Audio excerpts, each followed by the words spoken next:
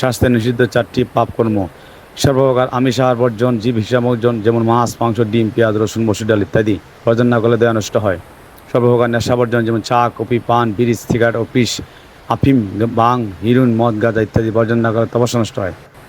সর্বপ্রকার দ্রুতক্রীড়া বর্জন, যেমন তাস, পাশা, জোয়া, বাজি খেলা ইত্যাদি বর্জন না করলে সততা নষ্ট হয়। অবৈধ সঙ্গ, যৌন সঙ্গ বর্জন, যেমন শারীরিক মেলামেশা, খারাপ চিন্তা, খারাপ ভিডিও দেখার জন্য বিষয় আলোচনা বর্জন না করলে সুচিতা নষ্ট হয়। যা যা করা যাবে না: বৈষ্ণব করা থেকে বিরত থাকতে হবে, কারোর প্রতি হিংসা বিদ্বেষ করা যাবে না, অপরের নিন্দা করা থেকে বিরত থাকতে হবে, অপরের ক্ষতি হয় এমন কোনো কাজ করা যাবে না,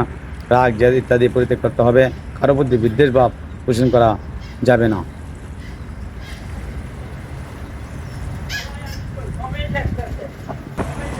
যা যা করতে হবে: প্রতিদিন কমপক্ষে 16 মালা হরে কৃষ্ণ মহামন্ত্র জপ করতে হবে,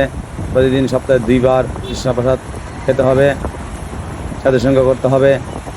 একাদশী তিথি, মাধব তিথিগুলো পালন করতে হবে, শ্রীমদ্ ভগবদ্গীতা পাঠ ও ভাগবত